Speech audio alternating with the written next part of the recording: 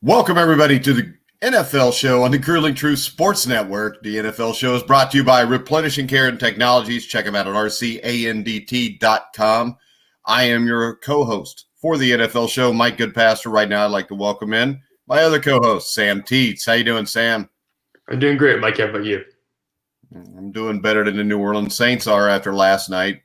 Blew a 10-0 lead early on, 17-7. 17 all at halftime. They got dominated in the second half by the Raiders. And the loss of Michael Thomas really hurts this team. Emmanuel Sanders did not step up. And actually, the best receiver on the field for the Saints may have been Traquan Smith. And that would be fine. But 5 or 6 catches for 86 yards doesn't make up for what they lose when Michael Thomas can't play.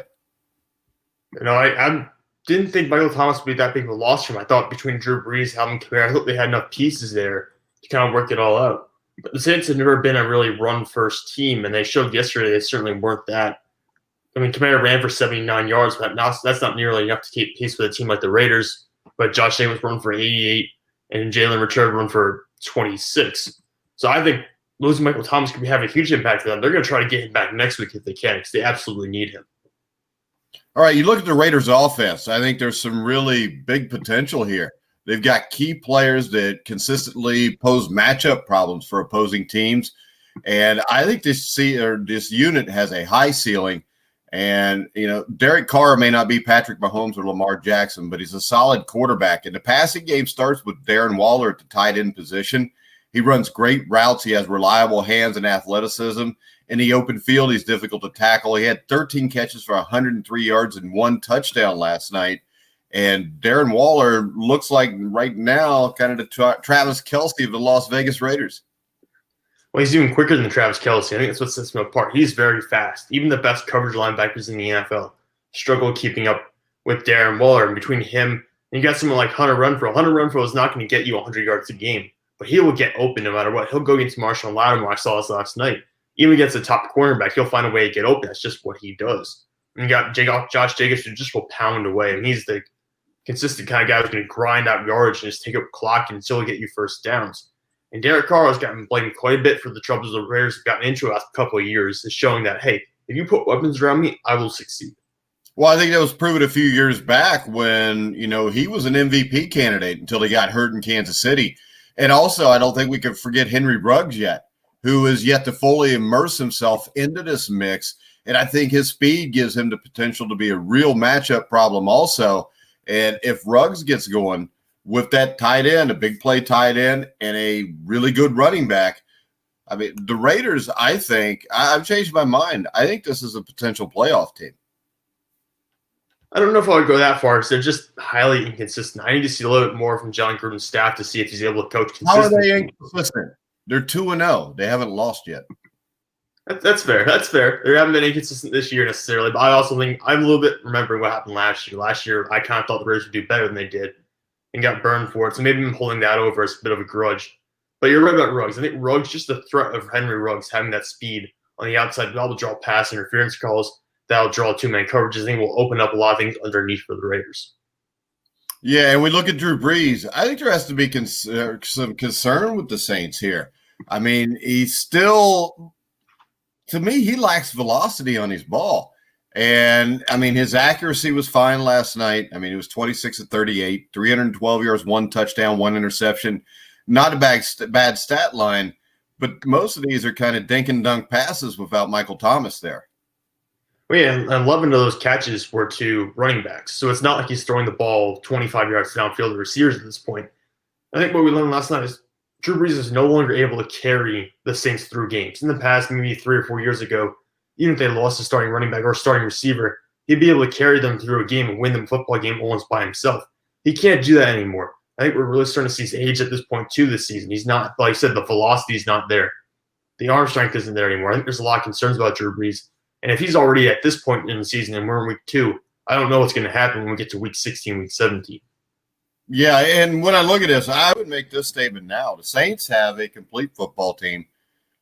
And I can't believe I'm saying this, but with Drew Brees, I don't think they can win a Super Bowl.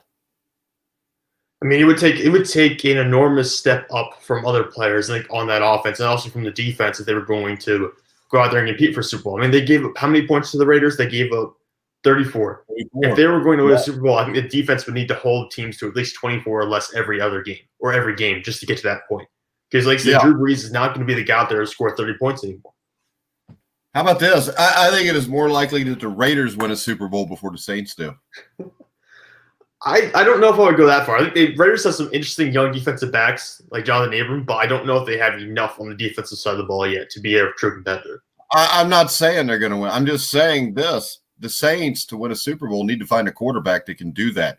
Drew Brees is not that guy right now. I mean, when I see Tom Brady, it looks like he's dropped off a little bit.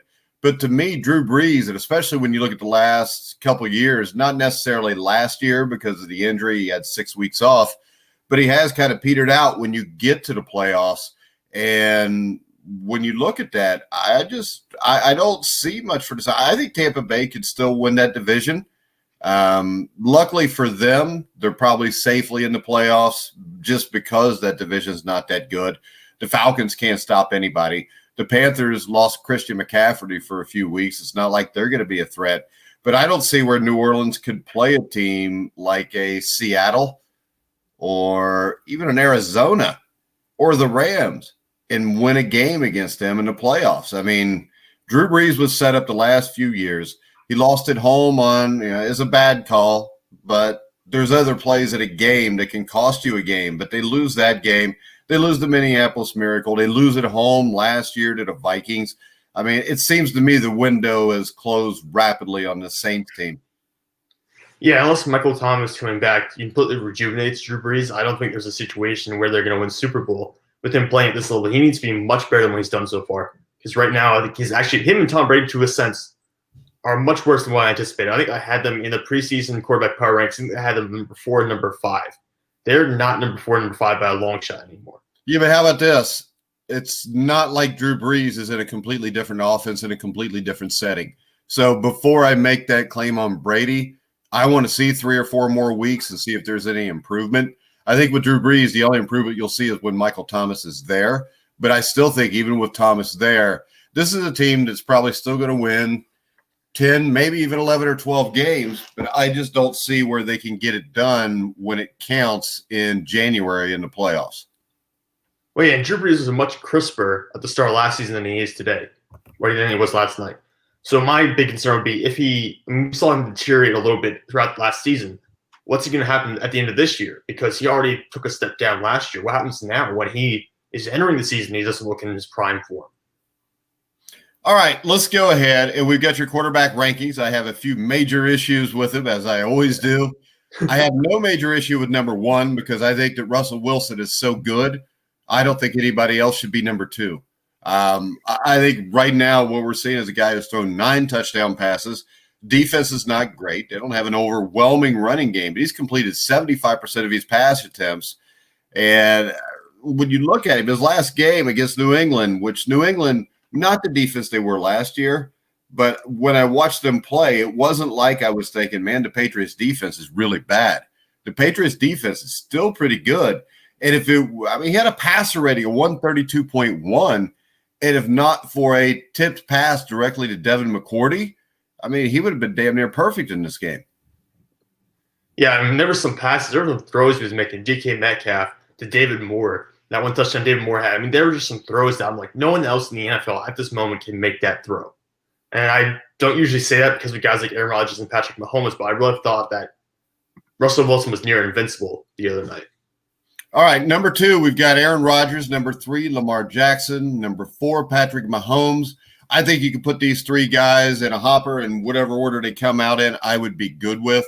All 3 of them have played well so far this year. Patrick Mahomes, had a rough half against the Chargers. Chargers got a really good defense, even without Derwin James, but he did fix it at the end and did get to come from behind win. Lamar Jackson is rolling with what I think may just be the best team in football. But one of the reasons they're the best team in the football is, did I say one of the best teams in the football? That's like the Waterboy movie. But when you look at Lamar Jackson, he makes this offense multidimensional because he can throw the ball down the field and he can run. They've got a great running game. And with Aaron Rodgers, I mean, Aaron Rodgers is Aaron Rodgers. He's always going to be one of the best guys until, he gets up there in age like Drew Brees and Tom Brady. So I think 2, 3, and 4, I think you could go any of those three in any order, and I'd be comfortable with it. Yeah, it's kind of how it was last week, too. I thought there was a chance I could have swapped Lamar Jackson and Patrick Mahomes last week. I ended up doing this week just because, like you said, Mahomes had that one bad half. Was Lamar Jackson. He's not putting up great numbers, but he doesn't necessarily have to. Baltimore's so good right now. He can throw for 200 yards and 2 touchdowns, and they still win the game handedly. Well, I think with me, I would still go with Mahomes over Jackson just because I think that Mahomes, especially this last week, the Chargers' defense is pretty good. I can understand why you'd have a hard time for a little bit. I mean, they got a good pass rush. The DBs, even without Derwin James, are pretty solid. So the bad first half there, the way he overcame it in the second half to come from behind on the road, I would probably still have him a spot ahead of Lamar Jackson because I think Lamar Jackson, he's played Cleveland and Houston. So that would be my only caveat there. Number 5, seems like I got to you finally. Ryan Tannehill. Yeah, I'm buying into a lot of quarterbacks that I had in the past in like the lower teens. I'm starting to buy into some of that. Early in the year, I was very resistant to it, but Ryan Tannehill has been played great. He's been consistent over the past year and a half at this point. And 6 touchdowns, 0 interceptions, completed to 70.1% of his passes through 2 weeks. 120.7 passer rating. I can't really argue against Ryan Tannehill anymore. He's playing phenomenally. All right. Number 6, Josh Allen. Once again, I think I made a good enough case last week. You changed it.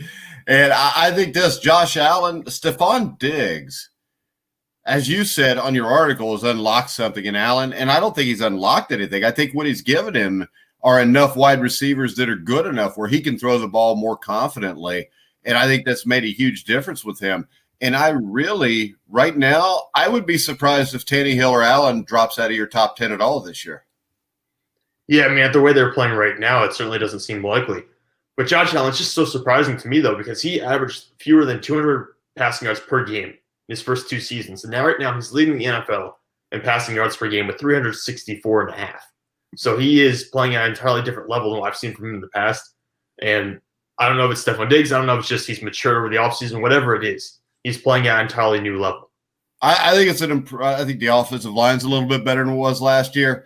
And I think his weapons are much better than what they were last year. And also, I think when you look at a rookie quarterback, usually when you get to about the 3rd year, if they haven't figured it out yet, they're not going to. And I think we're at the point now where it looks like Josh Allen's figuring things out. So this is one where even if Josh Allen had a bad game in the next game, I probably wouldn't drop him that far because what he did in the first 2 games shows me a lot of improvement. Number 7, Kyler Murray was 26 for 38, 286 yards. And, I mean, you put on here Murray is well on his way to becoming an elite quarterback. I believe that when he was drafted. And, he still makes some simple mistakes. But like I said, you really see what a guy is year 3 or 4. Patrick Mahomes, he's year 3 or 4, and he was able to overcome a bad half where maybe early in his career he wouldn't have. So I think Kyler Murray is very interesting. And I think just like Josh Allen, Kyler Murray became 10 times better just because he got DeAndre Hopkins. I mean, Stephon Diggs is a special receiver. DeAndre Hopkins is even better than that. I think the Cardinals here are set up to make a serious run at being a playoff team this year. But yeah, we could certainly see them make the playoffs. They're in the same division as they're in a tough division, but I think we've said in the past they have enough pieces around Kyler Murray to succeed now that they've got DeAndre Hopkins there. And with Murray, it's fun watching him because just his movements in short space, his footwork when he's running with the ball, it's almost like he is a college quarterback in a sense, succeeding at the NFL level when it comes to him running the ball. It's stuff I usually haven't seen before from many players.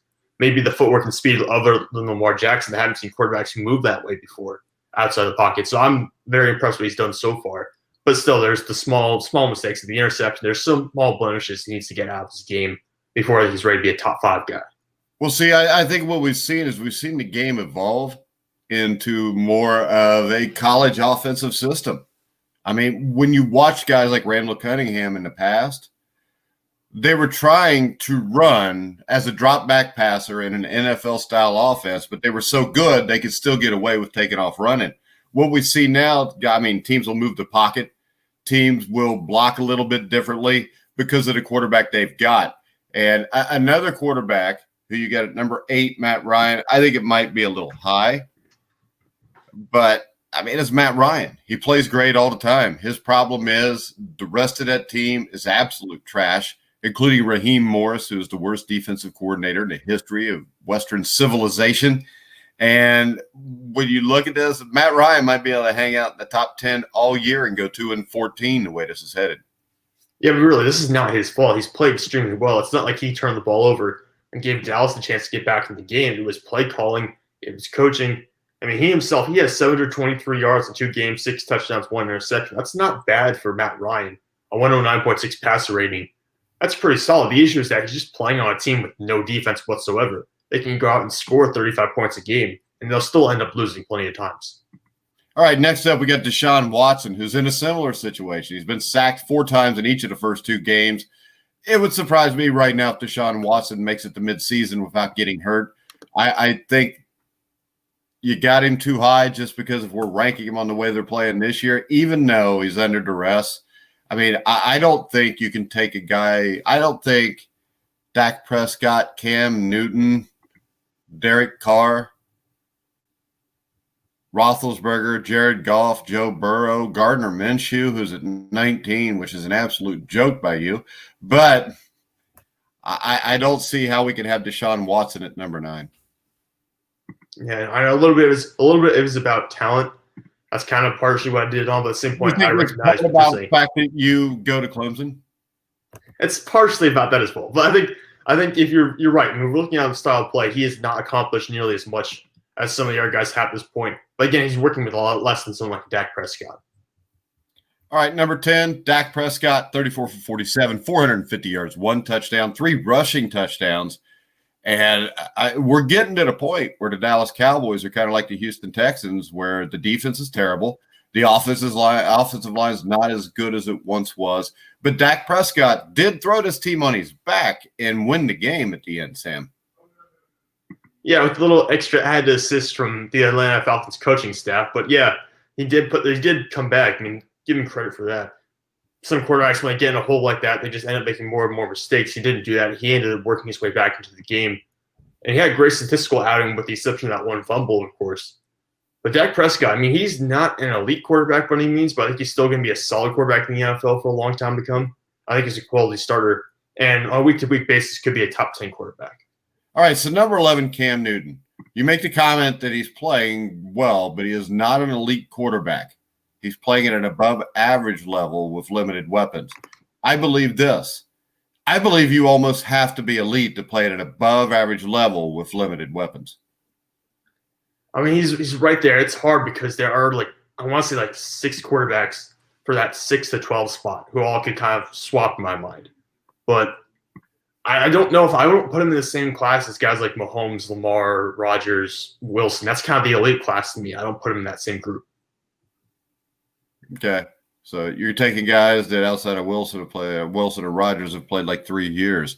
I can tell you this. I think New England is a playoff team because they got Bill Belichick and because he knows how to use Cam Newton. Number 12, you got Drew Brees. We've already talked about him. 13, Derek Carr. I don't know how Derek Carr can be below Drew Brees. Yeah, I actually went in, and I don't know if you're seeing the updated version or not, but I actually went in and updated the article about an hour after I published it because I was annoyed with how my rankings worked out.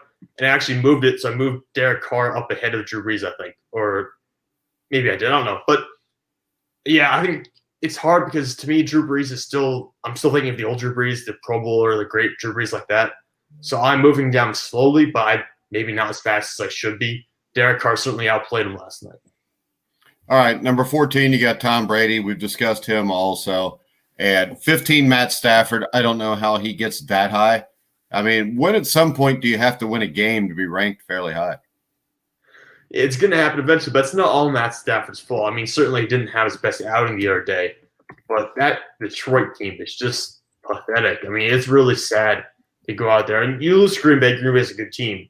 But at the same point, the defense is absolutely horrendous. It's the worst in football. And that producer is going to be fired, if not before the end of the year. I mean, as soon as the season ends. All right, number 16, Ben Roethlisberger. I can roll with that. I think he might be a little bit higher than a Matthew Stafford. This is my issue. Number 17, 18, and 19. 17, you got Jared Goff. How in the hell can Jared Goff be at number 17? I think that's too high. How could Jared Goff be at 17?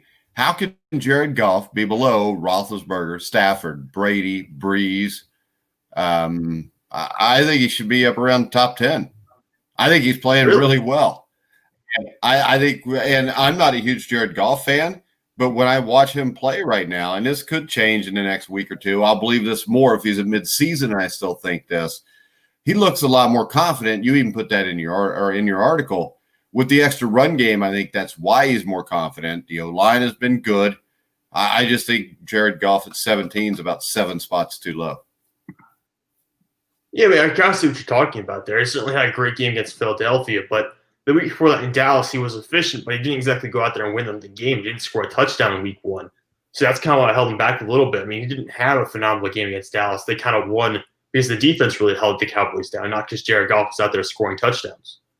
Yeah, but this is the thing. The defense held Dak Prescott down, who's at number 10. Dak Prescott, I mean, come on. Jared Goff, I would always take Dak Prescott up till now over Jared Goff. I think what I've seen from Jared Goff, I may change my mind on that soon.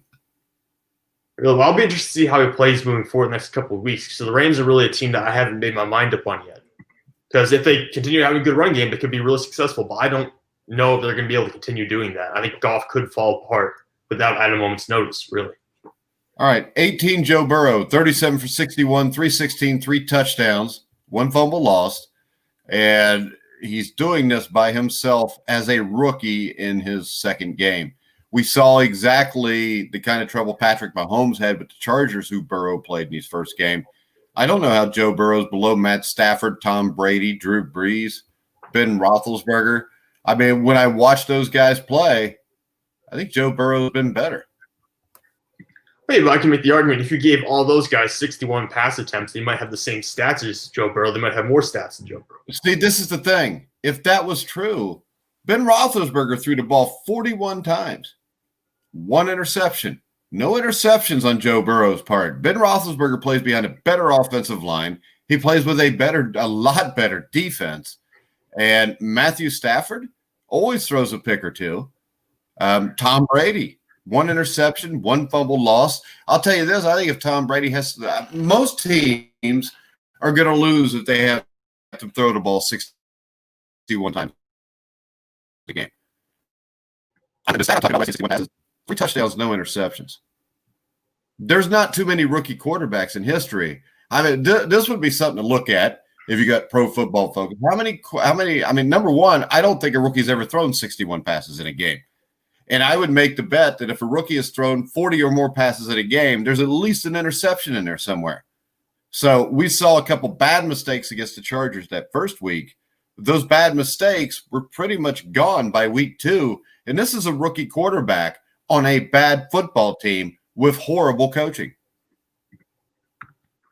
You're right, I get the horrible coaching part right. I guess I didn't think about it as a historic sense, but you're right. It could have been a historic night, I suppose. I wasn't really thinking about that. You've got a good argument there. How many passes he threw?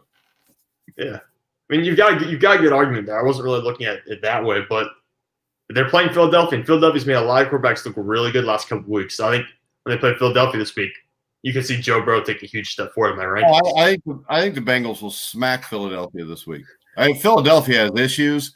The big thing there is if Geno Atkins is healthy and Mike Daniels are healthy on the defensive line, I think the Bengals defense will actually look good just because they're going to get to Carson Wentz.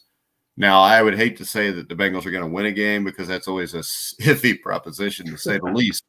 But number 19, Gartner Minshew, who was 19 for 20 last week in a surprise win over a good Indianapolis Colts team, was 30 for 45, 339 yards, 3 touchdowns, did have 2 interceptions. But I don't see how those 2 weeks combined for a team that was supposed to not win a game can't have Gartner Minshew higher than 19. I cannot see the argument, but there's 2 interceptions you could argue is what could have cost them the game there. Wait a second. How many quarterbacks are even going to have this Jacksonville Jaguars team in a game where they can make a mistake to cost them the game? Probably not many. Probably not a lot. No, there's a handful. So Gardner Minshew is playing his ass off right now, and he may play his way into being the starting quarterback all the time there once they screw up picking Trevor Lawrence. Number 20, Baker Mayfield. I think this is way too high. I think Baker Mayfield is horrible. I don't think he found his groove against the lowly Bengals. I think he just played the lowly Bengals defense.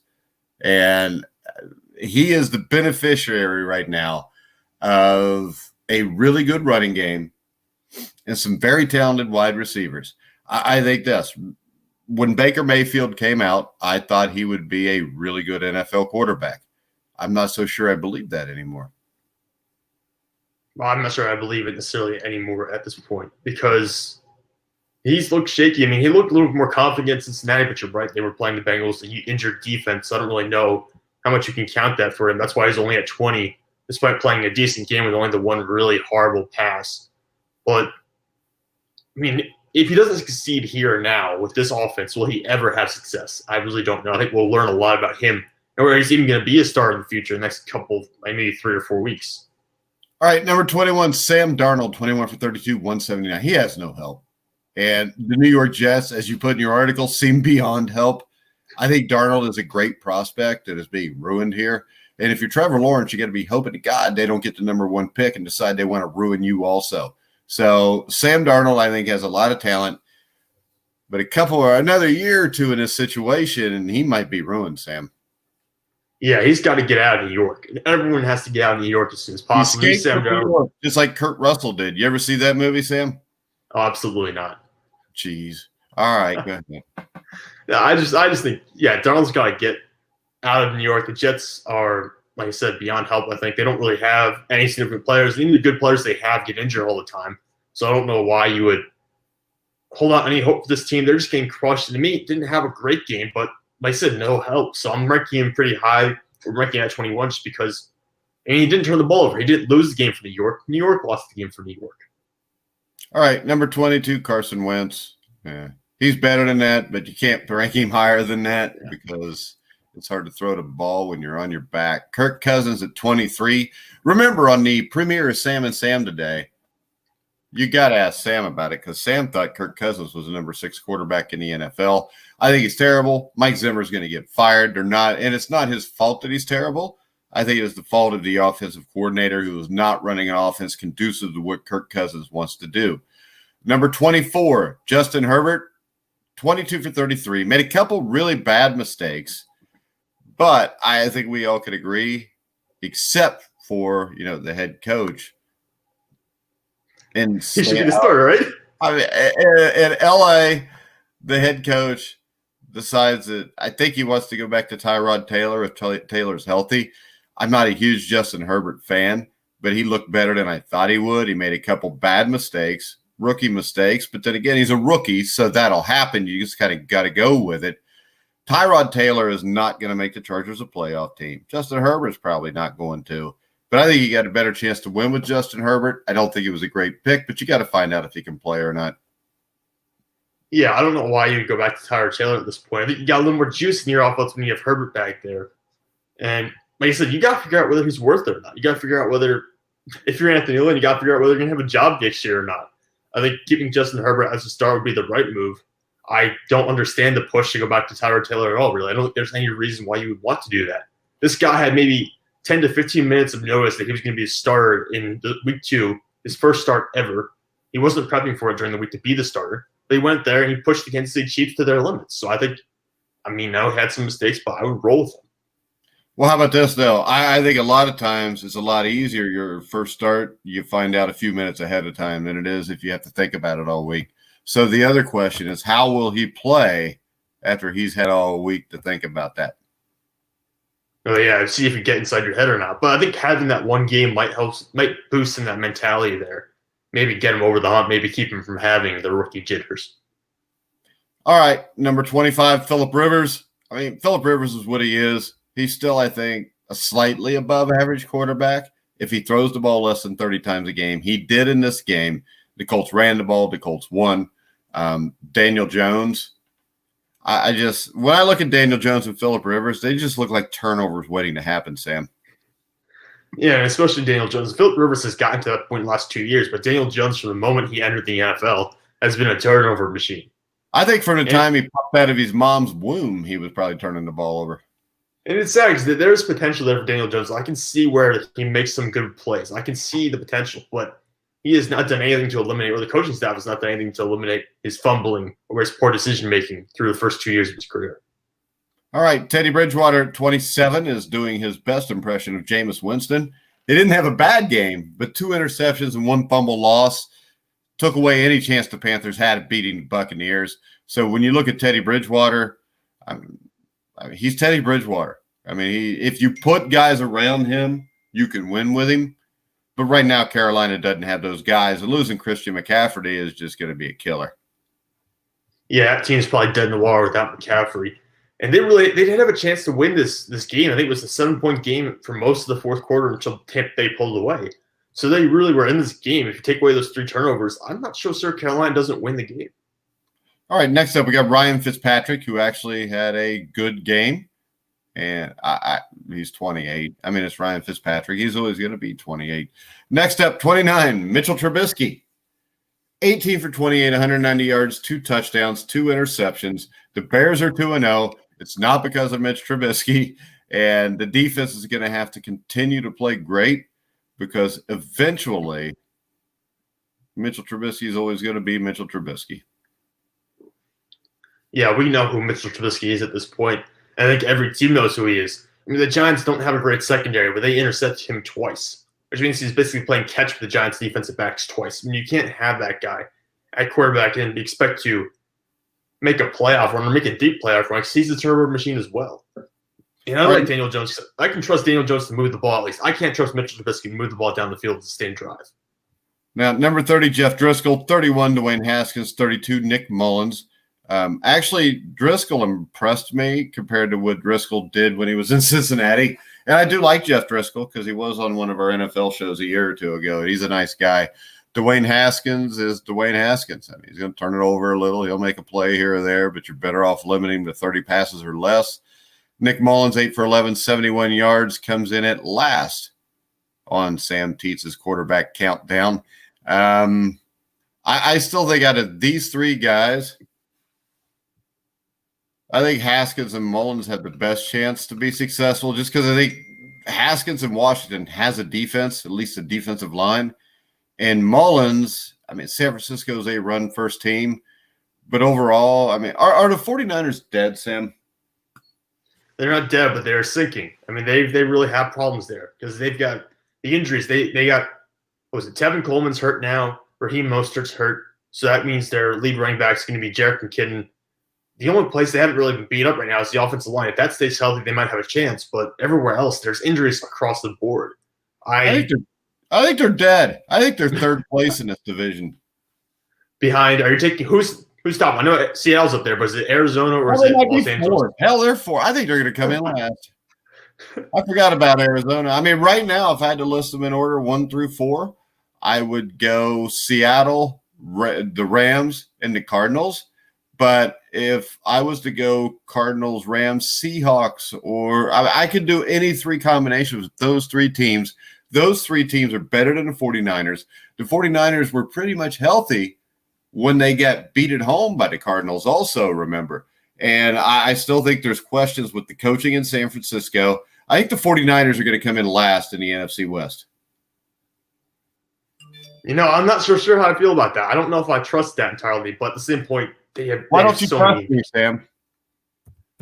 You know, if I don't trust you, you're going to end up being right. I'm going to hear about it for the rest of the year. So, well, I'm pretty much right most of the time anyways, correct? That's correct. You did go, was it 14-0 on Sunday with picking games? Yeah, the Thursday and Monday knocked me down to 14-2. But also, I would like to bring up the fact that even if they don't make it to the finals, how many people were picking Boston and Denver to make it to the NBA finals, and they're both in the conference finals now. Yeah, and so I'll ride with you. I'll ride with you here. I'll say San Francisco's going to end up 4th in their division. Because you did mock me, too, when I said that. You kind of shook your head and giggled. Yeah, I did. But you know what? You wouldn't have heard that or seen that if we were just doing it over the phone. But because we got those cameras now. I know. But see, I think it'll probably be the Lakers and the Heat now. But What the hell? I got close at least. And, Sam McGinnis is always ripping on the Tampa Bay Lightning. You can bring this up today. I did say the Lightning were going to Stanley Cup Finals. And guess where they are? They're in the Stanley Cup Finals. All straight and nasty 702 says at BMAD1226 hello. Whatever the hell that means. All right. Anything else we want to discuss, Sam, before we wrap it up? I think we got almost everything. I mean, we talked about basically all the highlights from the weekend, the quarterback power rankings, so I think we're good. All right. We will be back tomorrow. What are we talking about tomorrow, Sam? That's a good question. You want me to get back to you in a few hours and give you one? Sure. Sounds good. Just follow us on Facebook. Follow us at Grilling Truth on Twitter. You'll see the topic for tomorrow at 1 o'clock when me and Sam are back. Don't forget today at 2 o'clock. And I know even President Trump and Joe Biden have said that they're not going to be doing anything at 2 o'clock today because they're going to watch the Sam and Sam show, where Sam and Sam talk about the NFL, NHL, NBA, and a little bit of everything else. So make sure you check them out at 2 o'clock live on Facebook Live, YouTube Live, Twitch, and Periscope. Make sure you check out Replenishing Care and Technologies, rcandt.com. But for now, for Sam Teets, I'm Mike Goodpaster. You've been listening and watching to The Grueling Truth, where the legends speak.